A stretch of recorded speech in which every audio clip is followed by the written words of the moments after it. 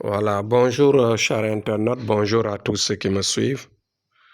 Aujourd'hui, Thierno Amadou va parler sur le mal que l'on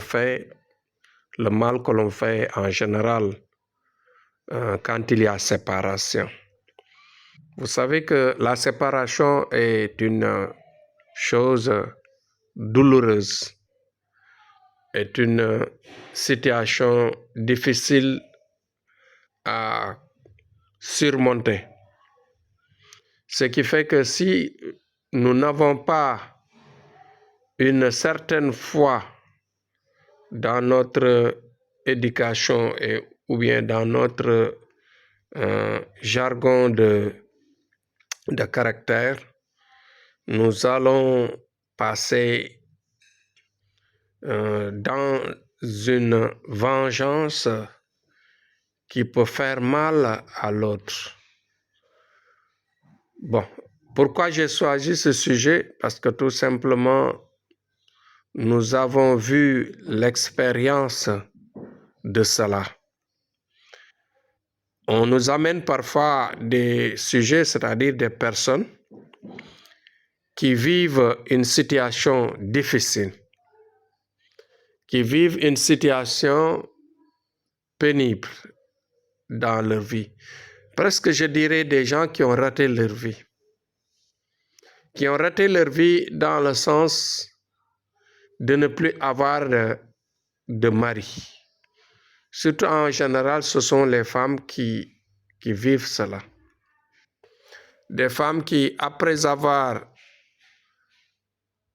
eu une séparation avec un homme, soit c'est-à-dire un petit ami, ou bien par exemple, je dirais, comment dirais-je, un mari.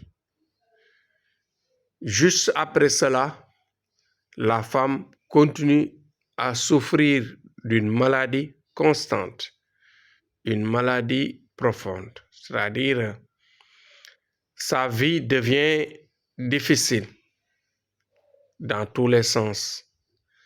Non seulement la femme ne va plus se sentir bien portante, mais aussi elle sera bloquée dans son travail et sera bloquée dans ses relations. Et sera même bloquée au niveau de sa famille.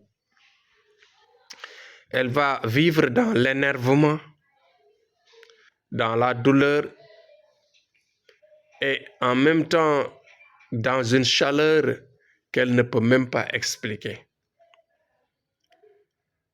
Maintenant, nous devons faire appel au sens de l'humain, comme je le dis à chaque fois,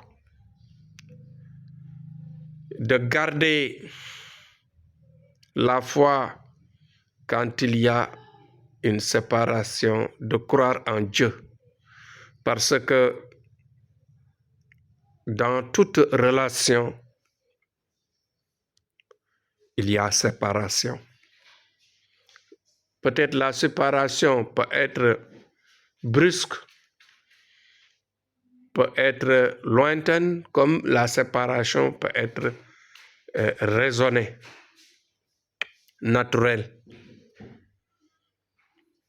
Ou bien parfois la séparation peut être la mort. Mais dans tous ces cas-là, il faut toujours garder la foi, c'est-à-dire quand il ne s'agit pas de la mort, moi, ce que je conseille maintenant aux gens qui gâtent la vie de l'individu, d'éviter de jeter un sort. Parce qu'il y a des gens qui se disent, si tu te sépares à moi, je te réduirai en cendres. Et cela ne doit pas se faire. Nous devons éviter à jeter des blocages, des mauvais sorts à ceux ou bien à celles à qui nous nous séparons. Parce que la séparation ne vient pas, dans la plupart de la vie, ça ne vient pas de nous, ça vient du destin. Parfois, ça peut être provoqué même par un troisième larron, c'est-à-dire quelqu'un qui a aimé de l'autre côté, qui sépare pour récupérer. Donc, quand, par exemple, toi, tu te fâches en détruisant la personne, parfois, tu n'as pas de raison. Dans aucune façon, tu n'as pas de raison. Parce que détruire une personne, ça ne peut pas s'expliquer. Ce que je dis maintenant, j'ai l'expérience et je parle en toute connaissance de cause. Nous avons des femmes ici qui ont des difficultés de la vie pour reprendre, pour se relancer dans la vie.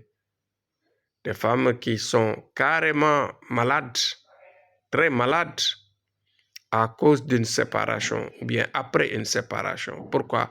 Parce que tout simplement, il y a ce qu'on appelle le sort de la séparation. Il y a des gens qui, quand tu te sépares d'eux, ils vont te jeter le sort que tu ne vas plus reprendre, tu ne vas plus recommencer une belle vie, une bonne vie, une vie naturelle.